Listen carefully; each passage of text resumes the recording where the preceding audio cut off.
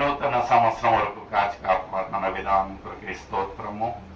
మీ యొక్క కృప ద్వారా ప్రభా మంచి ఎదుగుదల, మంచి ఆరోగ్యం దయచేస్తారంటూ పాటల ద్వారా మీకు మేము ప్రభా ఆరాధన ద్వారా మిమ్మల్ని వినపరిచిన వాక్య సందేశంలో వెళ్తుండగా ఈ యొక్క యోగ్యత లేని వాడిని ప్రభువా మీ యొక్క పరలోక జ్ఞానంతో, ఒక విశేషమైన ఒక జ్ఞానంతో నింపి సకల మహిమ మీకే చెందేలాగిన యేసయ్య పరిశుద్ధ నామం అడిగివేస్తున్నాను తండ్రి. ఆమేన్. హల్లెలూయా.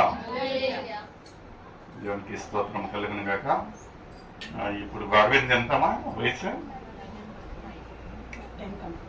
డబల్ ఫిగర్ పర్వాలా. 10 కంప్లీట్ అయ్యి 11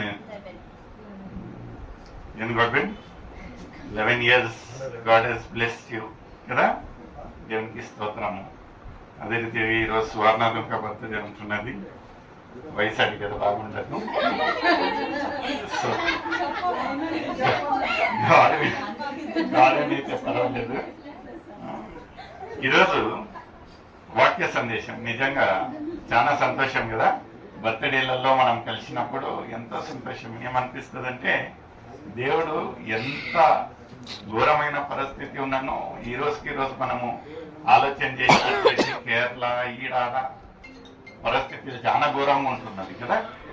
ఎక్కడ చూసినానో అలజడి, వాతావరణం సరిలేదు. మనది ఇంకా పోయిన వారం చూసినట్లయితే చాలా ఘోరమైన ఒక పరిస్థితి. ఇంటి నుంచి బయట అడుగు పెట్టేదానికి ఇంకా ఘోరమైన పరిస్థితి. అయినా ఈరోజు చాలా సంతోషము. అదే రీతిగా ఈ యొక్క హుబ్లీ ప్రాంతము ఇంకా చాలా దేవుని ఒక ఆశీర్వాదం అనిపిస్తుంది. ఎక్కడ ఏమైనానో ఇక్కడ మాత్రం మనం సురక్షితంగా ఉంటున్నాము. దేవునికి స్తోత్రం కలుగును కాక.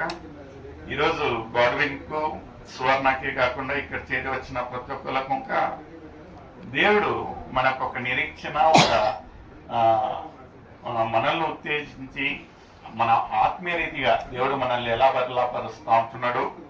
వాళ్ళనే కాకుండా ఈరోజు ఈ యొక్క క్షణము, నూతనమైన క్షణంలో దేవుడు మనకు అనుగ్రహించే ఒక నూతనమైన ఒక ప్రాణభిక్ష అనుకోవచ్చు కదా. ఎందుకంటే మనం అంత గొప్ప వాళ్ళం కాదు. ఏది ఏమైనానో నిజంగా ఒక్కొక్కసారి అనిపిస్తే దేవా నా పట్ల ఎందుకు ఇలాంటి ఒక జాలి, ఇంత ఒక ప్రేమ అనేది. ఎందుకంటే ఎంత ఆయాసకరమైన క్రియలు చేసినానో దేవుడు ఇంకా ఇంకా మనల్ని ప్రేమిస్తూ సురక్షితంగా కాచి కాపాడుతూ ఉంటున్నాడు. ఈరోజు వాక్య సందేశంలో 121వ కీర్తన 7-8 వచనం. Book of Psalms 121st chapter 7th and 8th verse.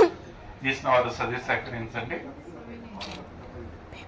ఎవరండి? ఏ అపాయం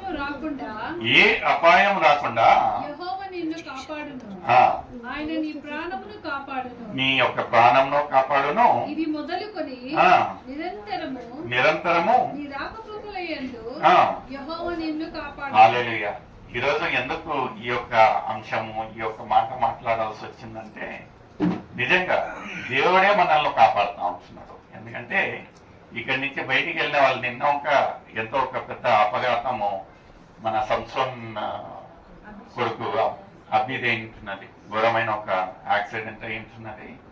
నిజంగా అంత ఫిల్మీ స్టైల్లో ఒక బండి కొట్టంగానే మనిషి ఎగిరిపోయి పన్నట్టు అయినను పెద్దగా అపాయకరంగా ఏం కాకుండా నార్మల్ మినిమం మైనర్ ఇంజరీస్తో దేవుడు సురక్షితంగా కాచుక. మన పిల్లలు బయటికి పోయినప్పుడు మనకు అదే భయంకరంగా అనిపిస్తుంది. క్షేమంగా వెళ్ళి క్షేమంగా తిరిగి రావడమే ఒక గొప్ప అద్భుతం మన ఒక జీవితాలలో. ఇక్కడ ఇంకా లేఖనాలు ఎంత స్పష్టంగా చెప్తా ఉంటున్నాయంటే నేను నిన్ను సురక్షితంగా, is going to protect you. మనము బయటికి వెళ్ళేటప్పుడు, బండి దొక్కేటప్పుడు హెల్మెట్ వేసుకుంటాం. మత్తుందా? హెల్మెట్ ఎందుకు వేసుకుంటామండి? పెద్దగా ఏమి మేజర్గా ఎప్పుడైతే అంటే మన ఒక తల దెబ్బతిన్నప్పుడు ఏంది, అందుకని సురక్షితంగా మనం ఏం చేసుకుంటాము? హెల్మెట్లను వేసుకుంటాము. కారు దొక్కేటప్పుడు ఏం చేసుకుంటాము? సీట్ బెల్ట్ వేసుకుంటాము. ఎందుకంటే పెద్దగా జరుపు కొట్టినప్పుడు మనము ముందుండే డాష్ బోర్డ్ తోటి కొట్టుకొని హాని కలగకుండా. ఇక్కడ ఒక లేఖనాలలో ఎంత చక్కగా దేవుడు పలికి మొట్టమొదటి మాట ఏమంటా ఉంటున్నాడంటే, చదవమ్మా. ఏ అపాయమును కాకుండా యెహోవా నిన్ను కాపాడు. హల్లెలూయా. ఏ అపాయం మంచి కాదండి కాపాడేది. మనిషి మనం అనుకోవచ్చు నా డ్రైవింగ్ స్కిల్స్ భలే ఉన్నాయి, లేకపోతే నేను చాలా సురక్షితంగా వెళ్ళేస్తానని. ఏం లేదండి. మామూలుగా పోయిన వారం చూసినట్లయితే బాత్రూమ్ లో జారి కింద పడి హార్ట్ అటాక్ ఘోరం. ఏముందండి, బాత్రూమ్ లో మనం రోజుకు 4 సార్లకి వెళ్తాం. అయినను అది మన గొప్పతనము, మన ఒక బలము, మన ఒక యుక్తి, మన ఒక శక్తి కాదండి. దేవుని యొక్క కృప, దేవుని యొక్క ప్రేమ. దేవుడు అంత మనల్ని సురక్షితంగా కాపాడుతా అంటున్నాడు కనుక ఈ రోజు మనము ఆ ఒక స్వేచ్ఛమైన జీవితాన్ని జీవిస్తా ఉంటున్నామో దేవుడు మనల్ని ఎలా కాపాడుతా ఉంటున్నాడో నలుగురికి చెప్పేలాగా ఉంటున్నది. చదువు ముందు. ఆయన నీ ప్రాణమును కాపాడును. ఇది మొదలుకొని నిరంతరము నీ రాకపోకలయందు. చూడండి, మన ఒక రాకపోకలందు దేవుడు కొన్నిసార్లు ఏమవుతాయంటే మనము ఒక్కలము బయలుదేరుతాము. ఒక్కరు పక్కన ఉన్నట్లయితే పెద్దవాళ్ళు చిన్నపిల్లలకు పక్కన వాళ్ళు ఎవరన్నా ఉన్నారనుకోండి కొంచెం ధైర్యం, ఎందుకంటే వాళ్ళు జాగ్రత్తగా తీసుకొని వస్తారని.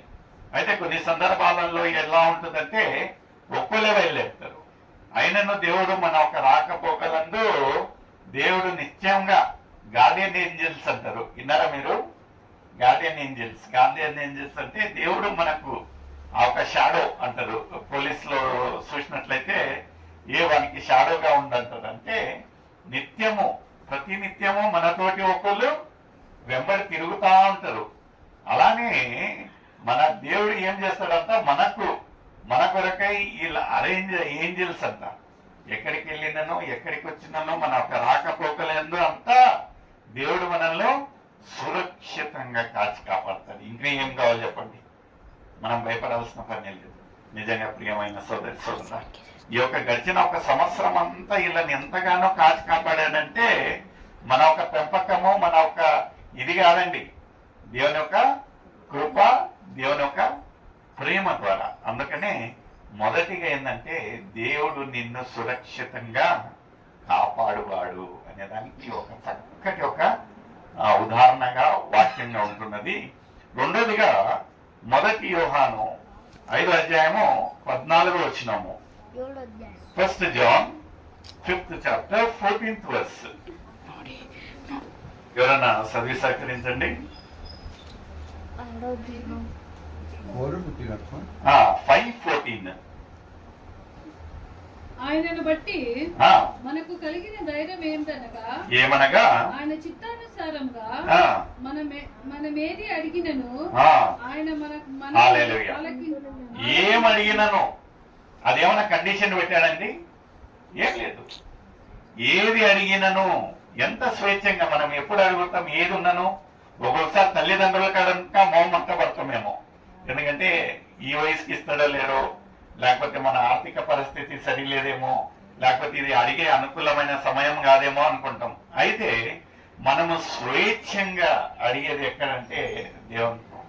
స్వేచ్ఛంగా అడుగుడి మీకు ఇవ్వబడును. ఎంత గొప్పగా! మళ్ళీ అడిగే ప్రతి ఒక్కటి అక్కడ కండిషన్స్ లేదండి. కండిషన్స్ లేదు, సమయం సందర్భం అనేది ఉందండి.